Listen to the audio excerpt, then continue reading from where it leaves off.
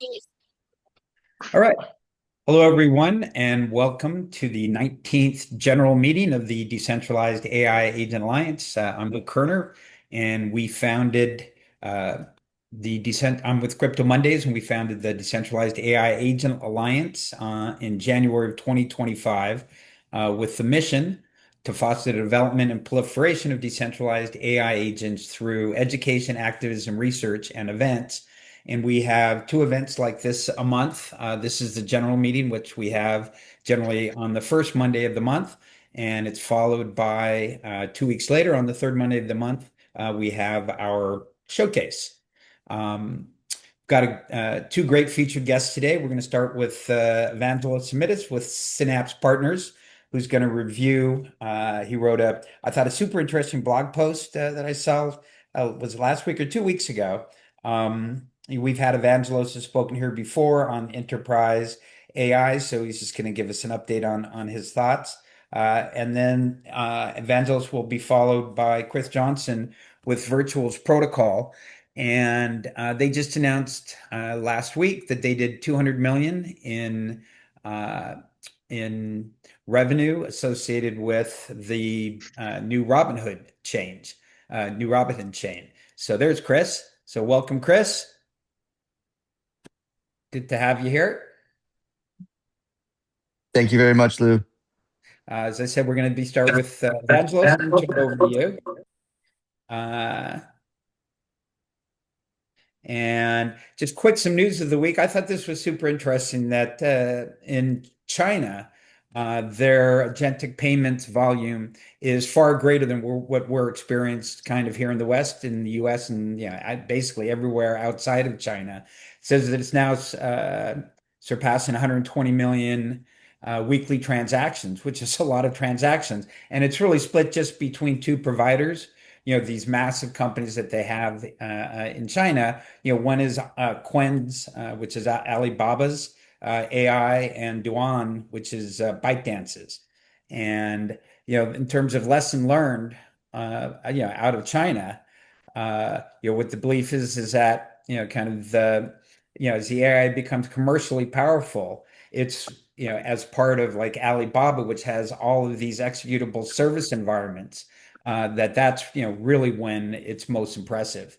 And a couple other quick lessons is the protocol layers are the new control points, and merchants whose online presence don't speak machine language will become invisible to the next generation of buying systems. So, the data coming out of China is obviously very positive with regards to AI agents. So we're going to start the meeting with membership intros and updates.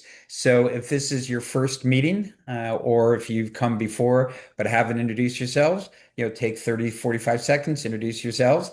And then we'll have a general DAIAA update, and then we'll turn it over to our featured guests. And if there's any time left, we'll have an open discussion. The DAIAA member statistics, 231 members today. That's up six in the last month. And with that, if there are any new members, actually, I will stop sharing my screen.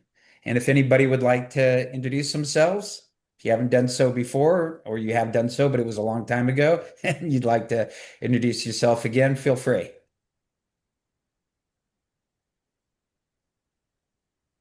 Anybody?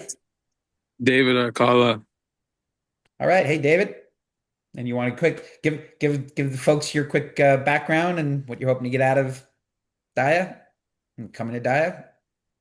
Well, just open-minded to be able to learn something definitely new. I'm a community organizer that is engaging and learning a little bit more about the tech industry specifically, uh, that to help integrate with my livelihood and other pursuit of community, like bringing awareness to certain communities that I operate with and learn a little bit more with AI. Terrific. Well, that's a lot of why I'm here too. So nice to have you. Anybody else who's new this week? Hasn't introduced themselves before? Going once? Anybody? Okay. Uh, we will go back then to Hey, the, Lou, quick yeah. question. I know I've introduced myself from the DREC point of view, but I just want to say on the AI front, between the model, the pace of the model, and Grok 5.6 coming, 5.7 coming, Google probably coming up with another big move. But Jack Dorsey's announcement of Buzz and the implementations of people are calling it a Slack killer, but also a GitHub. It's really tremendous. I have like 41 agents on it that are interoperable from Claude to I'd love Coda. to follow up with you about Yeah. that, Bruce, because I do think Yeah, that, but no, I'm just saying. So that's it's an amazing thing. I just want to say that Buzz, as well as the news and the models you're talking about, the pace is unbelievable. That's yeah, all. And yeah, it's truly amazing. Yeah, yeah, and what's not happening getting with, into the legal aspects of and the slowdown that now the frontier models are endorsing. yeah, that could be a whole hour Yeah, in and yeah, of itself. yeah. Sorry to interrupt. I just Well, wanted to thanks, say I'm Chris. really from the programming point of view hat today. And Okay, so any other new members? Well, any members have any updates, AI related, decentralized AI related updates they'd like to share? Okay, we'll move on to the general DAIAA updates. First, the July showcase, last month's showcase, I thought was really terrific. We had three DAIAA members, each showcased their products and then their joint product, and that was Bloxy Citizen and Secret Network. So thanks a lot for that, guys. And our next showcase is August 17th from 12 to 1. So if any of our members here would like to showcase their products, let us know. And you'll have an opportunity to showcase in 2 weeks. DAIA subgroups, we've got two DAIA subgroups currently running. First is the Agentic Commerce. Next meeting's on August 5th, 12 to 1. And Eric, any additional comments on the Agentic Commerce subgroup? No, just happy to have everyone who's, building agents or protocols related to financial transactions that go directly agent to agent, whether it's MCP servers or skills or just showcasing agents and technology that you've built. We'd love to have you join the call. Okay, terrific. And then the agent privacy and security subgroup meet again on August 12th from 1 to 2. Chris, anything to add? Yeah, just hope to see you there. We are keeping a pretty good cadence. We're releasing a document that will serve as a sort of a guide for people who are deploying agents. I've been doing that in collaboration with Joel from Citizen. It's going to be called the 2026 Agent Compliance Guide. This will be a handout, as I mentioned, a PDF format, but it will be updated over time so we can try and keep tabs on global compliance measures and how you implement them and how you can stay compliant while trying to make sure your agents are both acting in a private and secure fashion. We are currently focused on that, but moving forward, we're going to explore other realms within the privacy and security aspects of agent deployments. So if you're interested in that, come along and listen in or take part. Terrific. Thanks, Chris. Yeah, I've enjoyed the, I think, 3 meetings so far. And with that, we'll turn it over to our first featured guest, Evangelos Simoudis with Synapse Partners. Evangelos, the floor is yours. Yeah, Welcome. thank you. Thank you very much for having me back, I will say. First experience was very pleasant, so let's make sure that this one is too. Just to put a little bit of context to what I'm going to talk about today, this conversation started after Lou read my recent blog post. But our firm does, what I'm going to present comes from the three types of work that our firm does. We invest in early stage startups that develop AI applications for the enterprise. We advise corporations and governments on the use of AI. And the third thing, we develop some of our own AI IP, some of which we spin out into startups and other IP we use in our advisory work. You can reach me, provide my email, and also the site where I have the blog posts. So a lot of the work that I would present today, and I'll go for just 5 minutes and then open it up for questions, is coming both from our own advisory work with what I term as legacy corporations as opposed to digital natives, as well as data that we receive from our own portfolio companies, which are also have enterprise clients, many of which are classified as legacy corporations.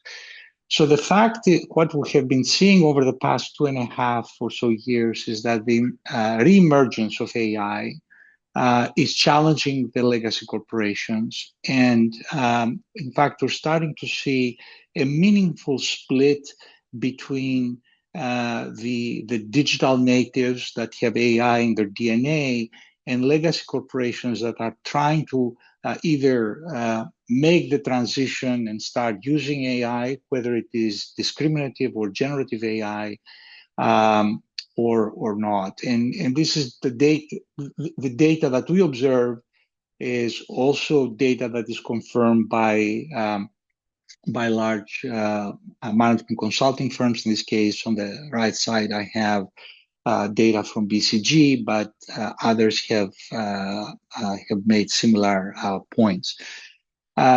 What we are saying, though, is that these challenges result in what we're starting to call the AI stakeholder squeeze. And really, this is a phenomenon that has two components. There is a squeeze that is happening at the CEO and the executive team level of the legacy corporation, but also there is a separate squeeze that's happening at the employee ranks, and the two are obviously address one another and influence one another.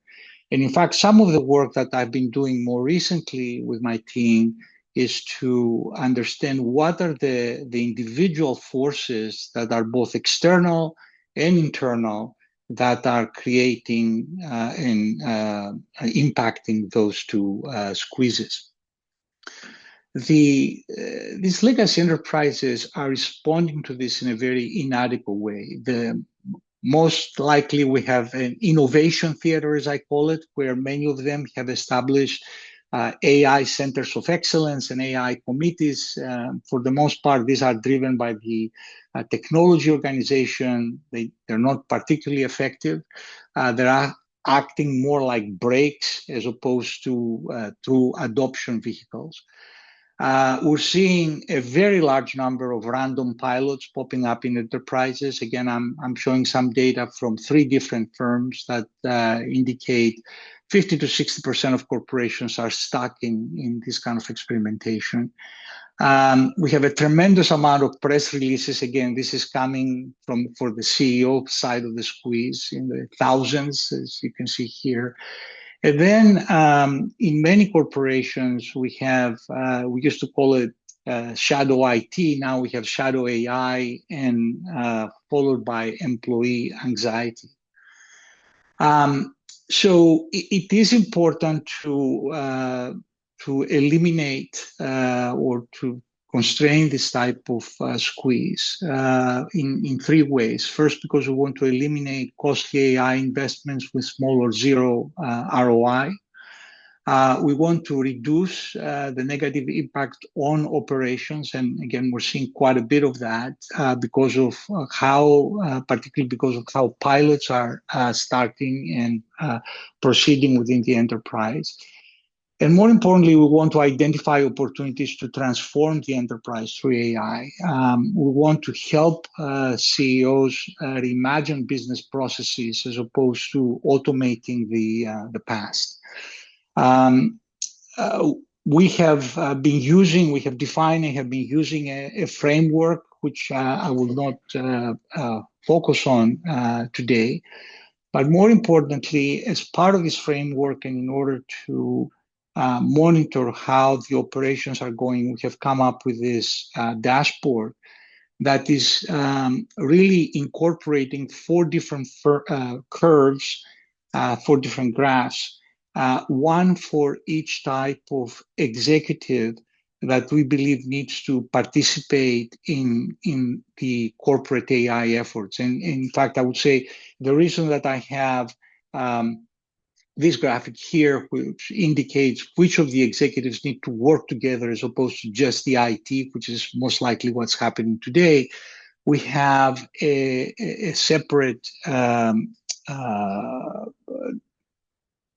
a separate graph for each of these executives. So the goals here are to try to identify how, for the technology organization, how to reduce the investments that are associated with this transformation. And we talk about transformation as opposed to technology.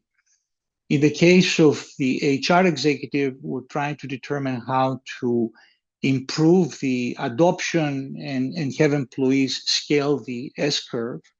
At the business unit level, we want to both make the productivity dip shallower, as well as decrease the time that the dip lasts. And then finally, from our own experience as investors, we're providing the CFO with a portfolio management approach so that they can see how the various AI efforts that they have going are proceeding, what kind of ROI are providing, so that they can quickly eliminate them and do portfolio pruning, which is something that is not happening as active either at all or as actively as it should be. So I'll stop here and opening up for questions or additional details as you may want. Okay, so it's interesting stuff. So the idea, you want to put up that graph back up? Sure. That was really kind of what drove my interest. So, for instance, on the HR front, you talked about kind of the S curve. So is there an implication that this is actually being adopted and used in a productive way by the HR departments? So first of all, there are two things to note here, Lou. The first one is that in most organizations, and I keep underlying this, legacy enterprises, we don't see the HR coming into the conversation early on. Typically, the HR organization is coming into the conversation after the fact. So what we want to make sure is that the HR organization understands who needs to be hired, who needs to be retrained, and who needs to be let go.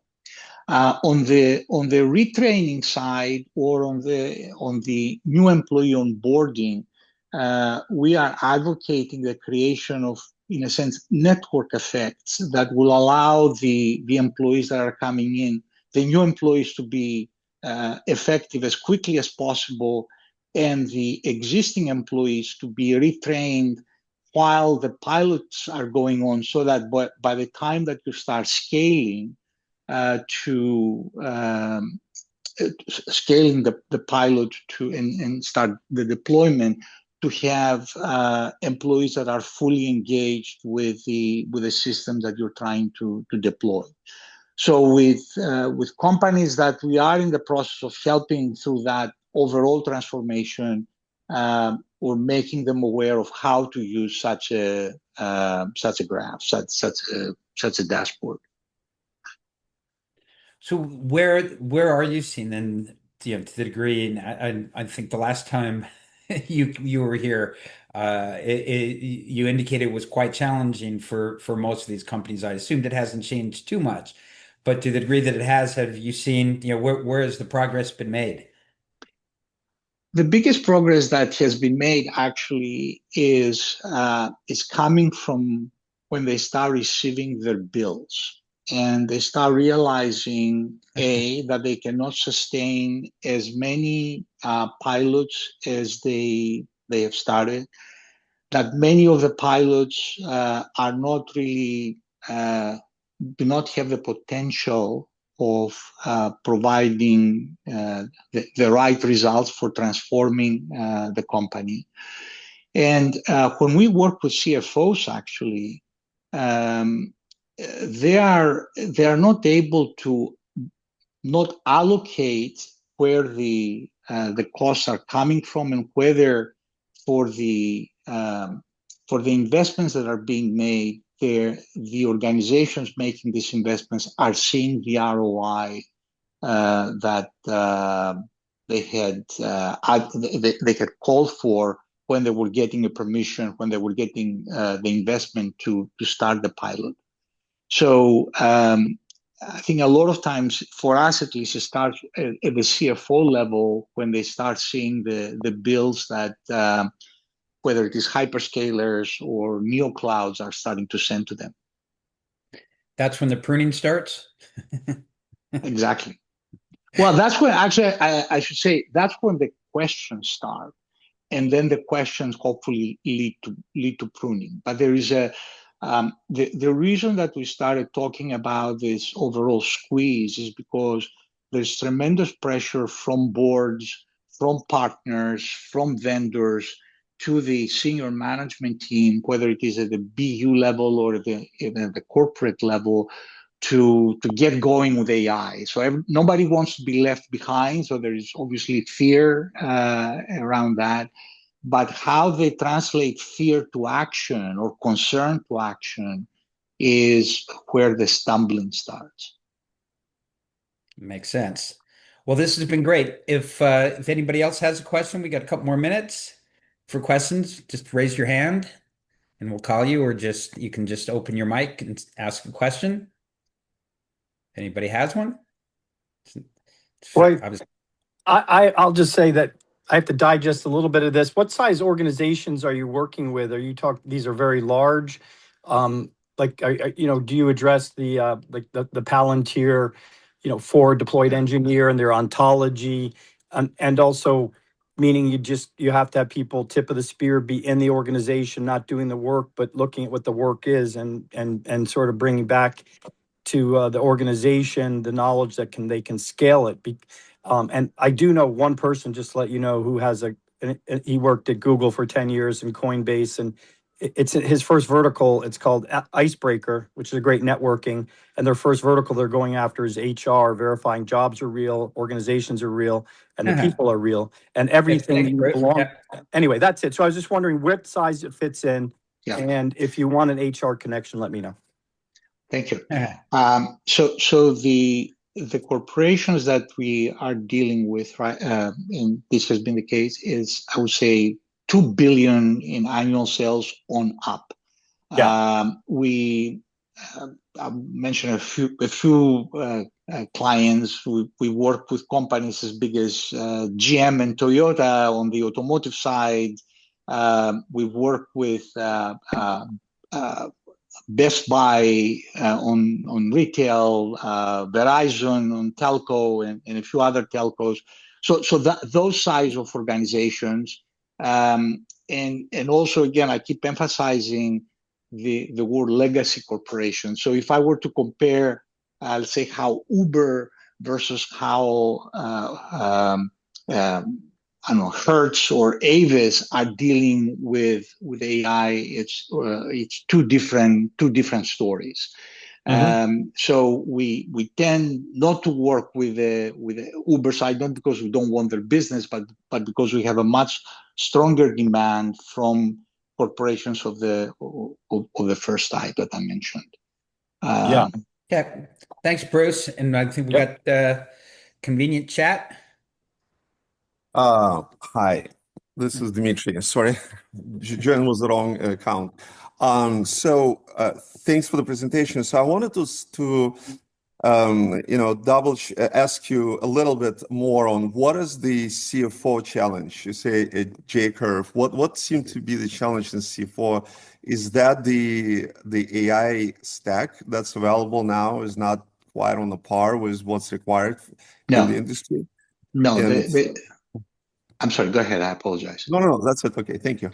The CFO challenge is that a company may have 50 pilots going on, all of which are spending, they may bring in consultants, they may spend in tokens, in subscriptions, and very few of those have been thought out on how they can really contribute to the company.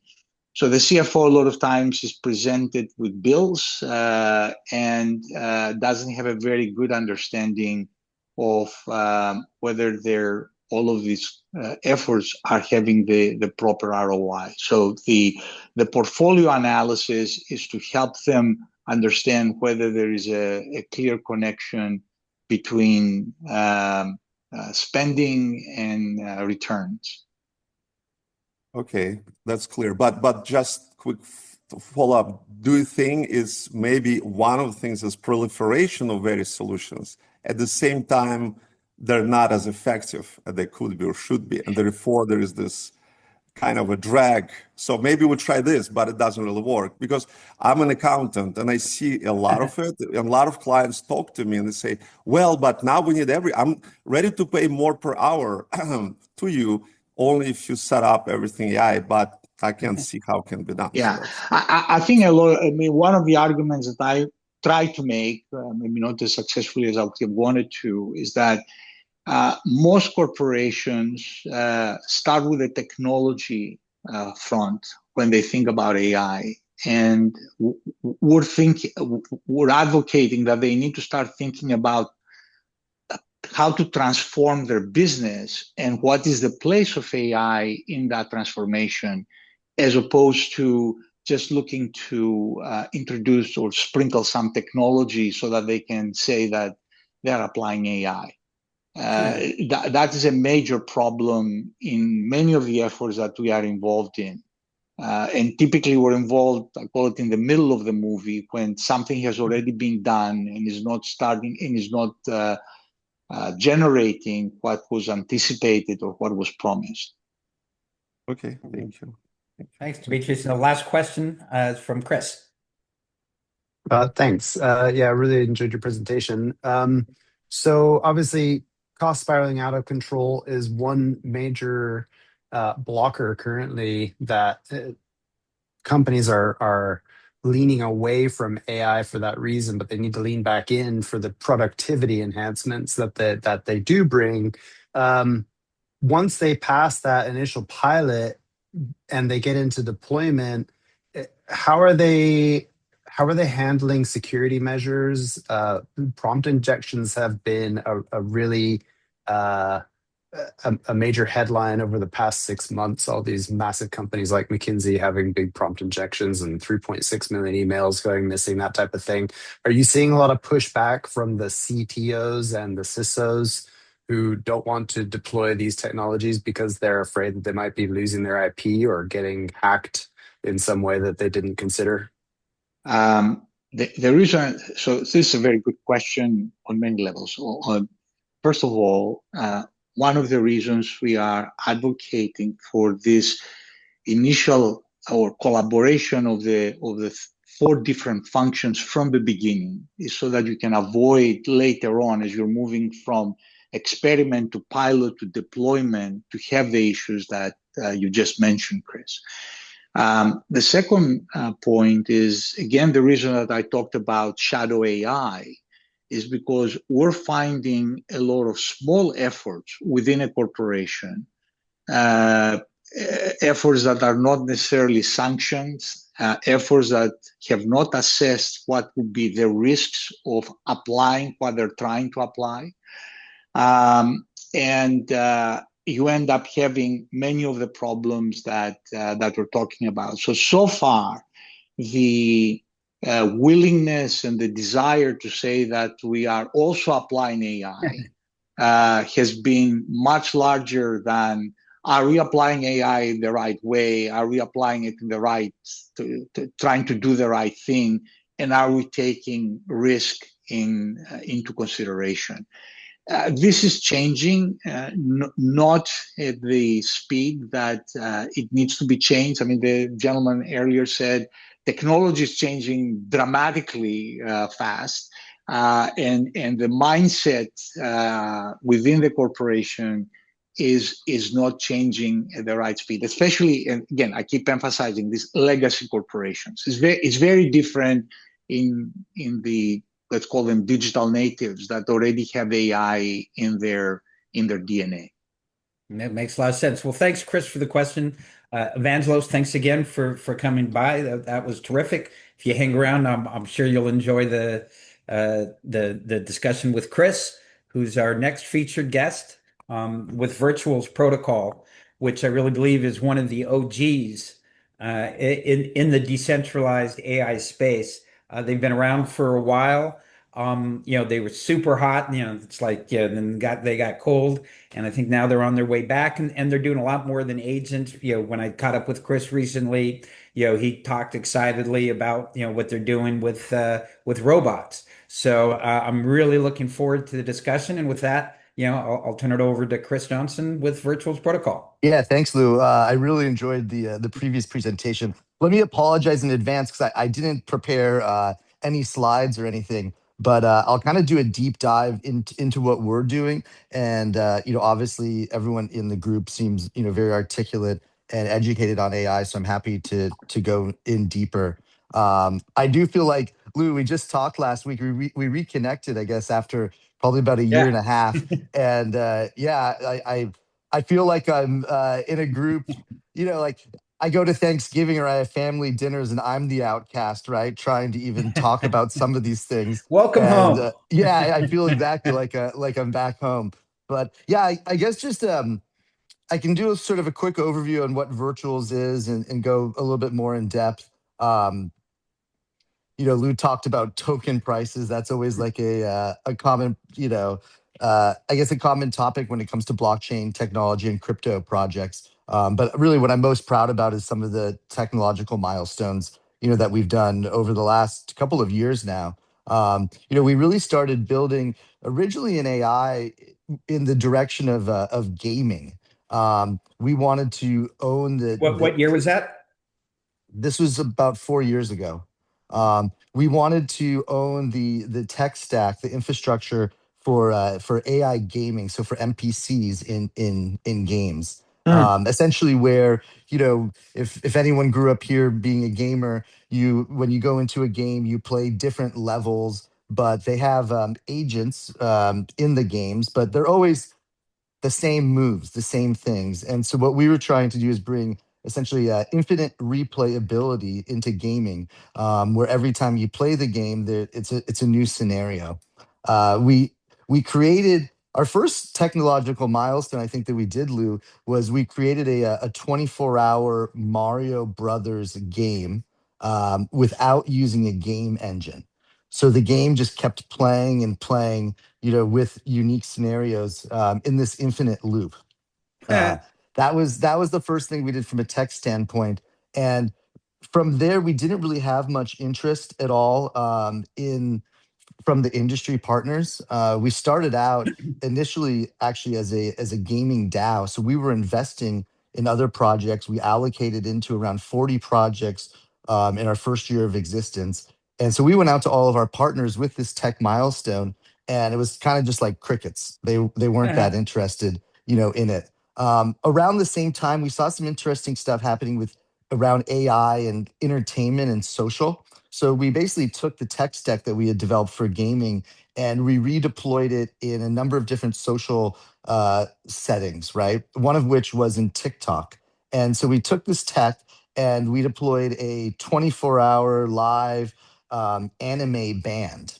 Now, this was a band that you could just go in at any time and watch, but you could also interact with it in a text sense, right?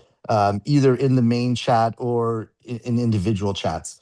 What was interesting was, again, we were experimenting here. Within about a week, the channel got it basically got 500,000 followers. But even more interesting is that it started getting tipped, which, users or observers of these channels that interact can go in and leave tips. Within that first 2 weeks, these tips started going up to about 5,000 a day. And then after a month, it was about 10,000 a day. And we kind of looked at this and said, okay, this is and granted, we had been building for about 3 years and not making any money.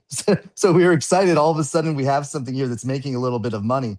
But we thought broader in that, this can be something that, it's economic, it's producing, right? Now, there's no humans in the loop. We've just essentially like, deployed it. So coming from like a tokenization background, what we thought was let's open up this technology. We called it our game infrastructure because it was initially intended for gaming. Let's open up this game infrastructure. And if other people want to launch agents with this, they can do so. Now, if these agents But are now we're in revenue, like 2023 now. yes. Yes. And so what we did essentially was we created a tokenized launch pad where anyone could go in and launch a tokenized agent. This initial launch pad we made in, honestly, I think we made it in like 2 days. It was almost something that, we were just That's shooting twice as off. long as most launch pads take, I think. Yeah. And obviously this is, before vibe coding and any of that stuff existed. So we launched this launch pad, and we essentially launched a number of agents initially, kind of as an example of our tech stack, right? So the band had a lead singer called Luna, and that was one of the tokens that we launched. And we used Luna again to showcase the tech that we developed. So this would be in October of 23. October of 24. October of 24, we did the first autonomous on-chain payment, and that was conducted by Luna. Luna had a command essentially of trying to gain the largest following possible. And we were, I believe, one of the only ones ever to open up like the black box, like into Luna's brain. So it became a very viral thing where people would go and they would sit there all day and they would see what Luna is looking into, why she's looking into it, the analysis of it. She again was tasked with gaining a very large following. So kind of funny, but at one point she went into like a 3-day deep dive into cults because she had figured that cults have very strong followings. After this, we gave Luna access to a wallet, in which case she then realized that in order to gain a following from humans, the best way was to financially incentivize them, which is what then led to the first autonomous, Yeah. on-chain payment. And this is when back in 24, the token started going crazy. Yeah. So, I mean, we went essentially from like a $10 million FDV to about a 5 billion over the course of 7 or 8 months. But during all this, then we created the launch pad so anyone could come in, and launch their own Yeah. agent. So to date, there's been over 50,000 agents that have been launched through this. Primarily at the beginning, we worked with Base Chain, which is it's a layer 2 chain, connected with Coinbase. Most recently, we've deployed with Robinhood. Robinhood now has their own chain, so we were one of their native That's right. So launchpad you did like partners. 200 million in trading volume. Yeah, so in July, I think it was around 250 million in trading volume there.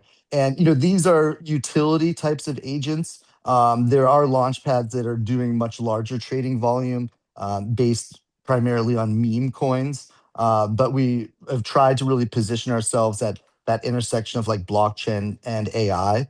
I think one of the things I'll also bring up that I think would be interesting to the people listening in the call is what we've done with it's called ACP, our Agent Commerce Protocol. Um, it doesn't get as much recognition, obviously, because of the big players, Coinbase, Stripe, other people that are building in the category. They're a little But more centralized. yeah, but we've actually deployed like the first full stack, fully autonomous, agentic everything, right? So it has discovery levels, it has verification, it has escrow of funds, it has settlements. To date, it's done about $500 million in agentic volume, and that's absolutely like no humans in the loop. I was pulling up just some stats uh, to tell It, you guys here, is it, but because like, I mean, it's when we started the Decentralized AI Agent Alliance in mhm. January of 2025, uh, like for the first 11 months until OpenClock came out, like the interest in decentralized AI and AI agents in general, I think was declining. Yeah, Um, so it goes obviously in fits and starts, but is anything on the network today kind of just going up and to the right and scaling? yeah, I mean, in terms of the jobs and everything, I mean, like I'm just pulling up some stats here, but Yeah. we believe in what we call you obviously hear about a GDP. We believe in we call it an AGDP, an energetic GDP. So essentially, like our North Star is building a society state, of agents. To date, there's been almost 2.5 million jobs done in our ACP framework fully autonomously through agents. That's generated around 4.5 million in revenue for the human actors. So I was on a hike yesterday with a couple of friends, and we're talking about children and jobs in the future, and you know we very much believe that humans will just be deploying these energetic swarms as businesses, right? Into obviously different types of frameworks, but our framework, we're early in it. Sometimes being early is good. Sometimes being early can be a curse. All you have to do is survive. Yeah, now It's going to now be what a we've thing. yeah, now what we've done, I talked about all these teams and people that have come and launched agents. About a year ago, we really started taking notice that a lot of these builders were interested in deploying in physical forms. So we've taken this framework, ACP, and now we've actually done like a deep dive with robotics as well. So about 3 months ago, we did the first on-chain robot to robot commerce transaction. So just like we talk about the agents producing GDP, we very much believe in the future that humans may be deploying multiple robots that are autonomously acting, on their behalf, and are revenue generating. Um, and then yeah, I I think think that like future's coming. yeah, and I think something else that would probably resonate, like with the people in the call, is I'm personally involved in a number of ERCs. So I've gotten I'm the co-author of two ERCs now that have gone to final. This means that they're accepted standards for all EVM chains. One of them is called ERC 8126 and the other is called ERC 8196. And both of these have to do with agent verification. So 26 has to do with the agent verification, 96 has to do with the wallet verification. So you have ERCs like 8004, which are registries for agents, and that allows other agents to find them. And now we have other standards that we're building upon that so that there's verification of trustworthiness, etc. Um, so again, I next time I come, Lou, like I'll come prepared with some good graphs to show you guys in more detail. But yeah, happy to jump into to questions and just jam more on the whole space. Great. No, that's I appreciate this is last minute, so not having slides was super interesting talk. I personally learned a lot. I've got a lot of questions, but I would come back to of everything that's going on in the ecosystem. What do you have the feeling that right now kind of has the most product market fit? I think the simple stuff, right? People come in. What we saw at the beginning, and again, this is years ago, but we saw people come in with these really big ideas, right? And what we observed is that the agents Change the can world. yeah, the agents can really do like one thing, two things very, very well, right? Obviously, you have agents working in swarms, but the simple use cases is what we see like getting the most like traction, right? So you have agents that are doing yield farming, right? So it's very simple. You have an agent that is essentially moving funds to find the best yield at all times. So you have an agent. There's one agent called Mamo which is an agent under the Moonwell protocol. And it's you sign up, you connect your wallet, and you watch your money grow.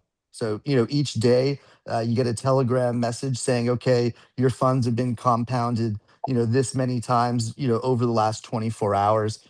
I think a lot of simple Kind of use like the case. anti-debt clock. It goes the other way. Here's your money growing. Yeah.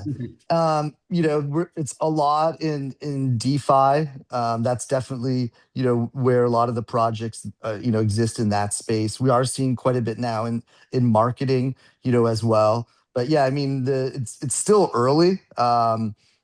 But we've seen food Oh delivery, yeah. travel. There's a wide range of stuff. The difference with a lot of these agents versus I guess agents that existing in Web 2 is that they do have access to wallets and to funds. Okay. That I makes I sense. completely agree with that comment that keeping it simple is the way to win. I mean, it's like Hey, just Steve. hi, how are you? Just the other stuff is just too ambitious. It's too early for that stuff. Yeah. No, I mean, obviously you have agents working in swarms now. In those cases, usually there is an orchestrator agent. So the orchestrator agent is the one obviously taking command prompts from the humans. But in the best cases, that orchestrator agent is literally just orchestrating. It's actually That's not completing the tasks itself. that's like what the presenter is saying. That's great for research when you have, highly skilled humans, kind of controlling it and controlling the orchestrator agent and looking at the process. I mean, that's not what a typical regular business in some other industry is going to do. So unless it becomes something like well, law firms have tech departments, you know what I mean, now because they felt like they needed to have them.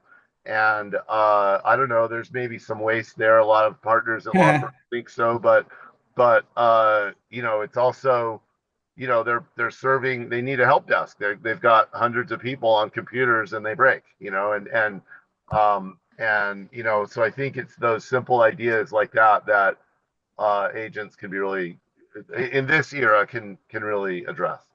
Yeah, I mean, we've been very financially blessed with being, I believe, in kind of the right space at the right time. Obviously, pushing a lot. That intersection of AI and blockchain technology was really something we pioneered on base. I think though that now I feel most fortunate just because I get exposure to so many cool companies, not even like in the blockchain space that are curious about AI. Over the last year, one of the areas that's been really fun to work in is sports, and so you have just like you mentioned the law firms, bringing in these technical staff, the same thing I've seen. I've had the Yeah. opportunity to work with a couple of NBA teams, right? Yeah. And they're using obviously all this analysis in preparation for their games. Mm. So, in terms of even just selecting players or, if this person goes to his left hand, 67% of the time he's going to shoot from this side, from this angle. So the sports team cycling as well. So yeah, I think the cool part about my job is that I'm getting exposure to so many people that are curious. Not only about like blockchain, but just AI in general. And it's increasingly Yeah. got to be the entire world. Yeah. Yeah. No, and that's why it's fun being on a call like this, right? Because like you hear people speaking your language. I mean, we all are still very, very early. In what we're doing with the blockchain side of things, yeah, it's predominantly like DeFi. Um, but I think that, again, it only expands Because and again, coming back, why DeFi? Because DeFi it can be the one, it's about, to some degree, right? It's about being deterministic, yeah. right? It can do one thing, it can be deterministic. Once it starts doing two things, it's less deterministic, it feels like. And and Yeah, and and it honestly feels too like crypto, and AI were kind of like the perfect fit for each other, you oh, know? undoubtedly. Yeah, Yes. undoubtedly. That's why we're all here, yo. It's Yes. like that's what happened. We looked at it and said they're the perfect fit for each other. We were just really Okay. early. Got a question from Dimitri. Thank you so much, Chris, for interesting presentation. Let me actually clarify.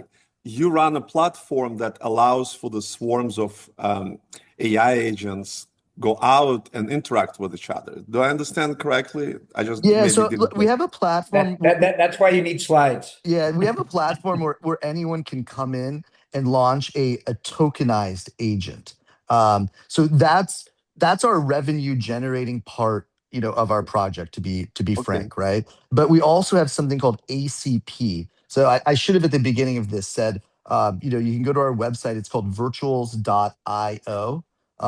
Once you enter into our app, you'll see something called Engetic Commerce, right?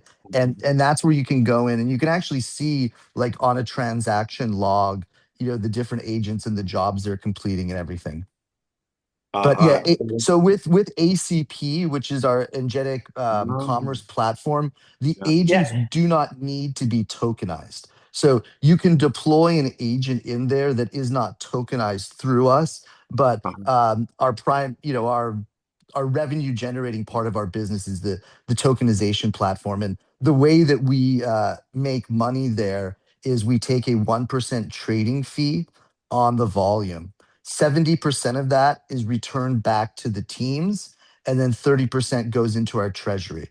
So it's created a marketplace where developers can come in. A year and a half ago, most of them just had ideas. Now, usually they have an MVP when they're launching, but they can come in and they can bootstrap their business, but also get immediate distribution, because we have a very large, attentive group that are essentially just very hungry for these types of products. Okay, for example, if I have some sort of service that can be automated and is automated and related to actually AI as well as the crypto, I can go in there, deploy. So I have to pay tokens in order to run on the. So you have your own what is it, protocol on which I have to run the software? No, I mean, we have our own protocol. You do not need to pay us, anything.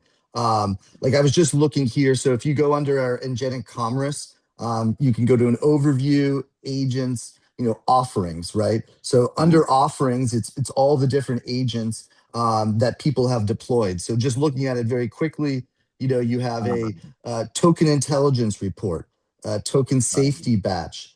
Got Custom crypto, narrative sector scanner, daily macro crypto brief. Anyone can go in. So you can go in there and deploy your deploy. agents. You don't need to pay us. You don't need to tokenize it through us. Obviously, we love if people tokenize through us, but that's not like a requirement. You can use But whatever I, I, infrastructure you want. I deploy my agents on my own servers and kind of Mhm. allow people to use it or deploy where? You deploy it into our framework, but it's obvious it's run through your servers, but into our framework. Into your framework. Okay, so there is a certain protocol how I do it, and if I go, it will be explained. Yeah, okay, sounds Yeah, it awesome. should be pretty straightforward. Obviously, I'd love to join more of these calls in the future. So and be part of your guys group. But yeah, it's there's a pretty diverse group of offerings in there. Um, But again, that the DeFi stuff is really what is and and, gained and it's gained day one, traction. Yeah, right?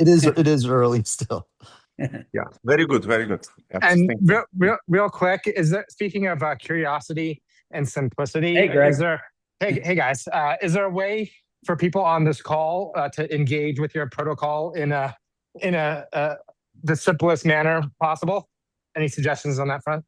Yeah, I mean, I think the probably the I mean, for example, you can deploy agents. I think probably the cool thing, at least initially, would be just to check out, some of the agents that are already deployed. One of the hot sectors right now is prediction markets. It seems like every probably 2 months we have a new wave of sort of what's hot at the moment.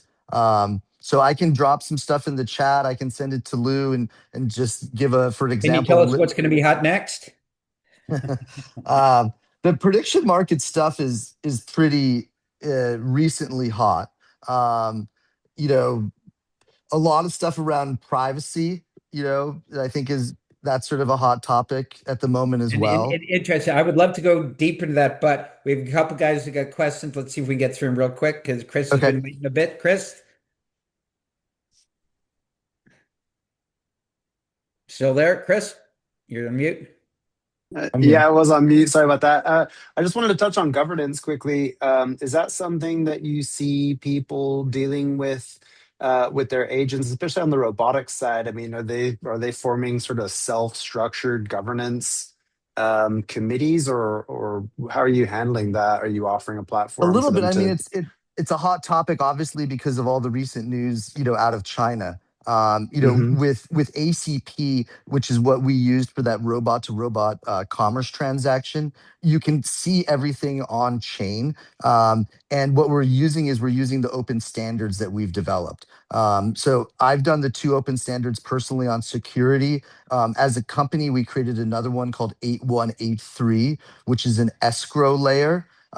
So 8004, we're using essentially like a complete stack of open standards, so that it is like fully transparent. Great. Amazing. Thanks, Chris. And last question come from Steve. Hey guys, good to see everybody. Yeah, question, Chris. Really interesting. I do a lot of work with Fetch, so I was just curious if you're familiar and how what your platform does differs in terms of the if you know Fetch AI and Yeah, the I'm agent sure he first. knows Fetch. Yeah. Yeah, so just curious, yes, because that sounds awesome. Sounds very similar. Yeah, I know Fetch AI. I just have to catch up on what they. They have a tokenized agent It's the former registry. three companies who got together. Oh yeah, well, Yeah. I just actually worked with on Singularity Net, Ben Gertzel. So I just spent like 4 days with him here in San Francisco with the AGI conference. But yeah, so they have a artificial superintelligence alliance, and that is Singularity Net, Fetch, and they have the FET token, FET. But then they had a third party that I don't know exactly what happened, but there was a little bit maybe of a rug pull early on, and they were kind of recovering from that. But that's separate from Fetch, the platform for agents and agent registries. Yeah, the artificial superintelligence. Um, so I think what we're doing is just much more focused on like transparently using like open source and blockchain. I think a lot of you have quite a few, let's call them blockchain AI companies, but they're very much like siloed.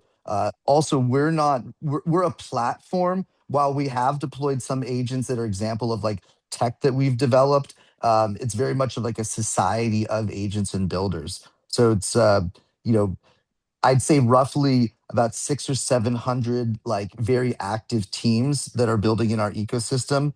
Where I believe the difference here is that these companies are deploying, their own agents. Right. I think yeah, it would be interesting to look deeper. Happy to answer any questions on Yeah, this end. But yeah, there's you guys should hook yeah, up. Definitely. yeah, Steve runs definitely. Yeah, Cloud Lou, if you Camp. can connect us, that'd Yeah, be awesome. Thanks a lot. will do. Okay, thanks everybody. Great call. Thanks a lot, Chris. Thanks a lot, Evangelos. See everyone. Thank you.